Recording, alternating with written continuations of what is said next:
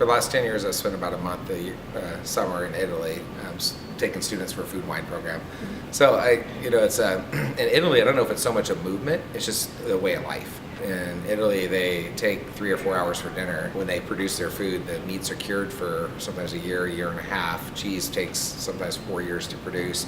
And so everything is just a little bit slower in terms of, and I guess the slow food part is that's just the culture of how they try to get things from local farms and stuff. So like their open markets in Florence, everything's just you can walk through the store or the market and smell tomatoes. Where here you don't get that, right? It's because they've been picked green.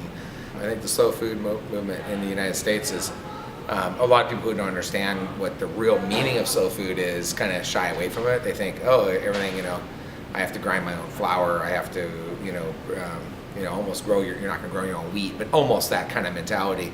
And that's not really what it is. It's trying to, my view is it's 360 degrees. And I wrote the book, The Crimson Spoon, and that's one of the things I talked a lot about. That is, you look around you 360 degrees, you look 360 miles out, you start within, and then slowly move out and try to use everything local and sustainable product that you can.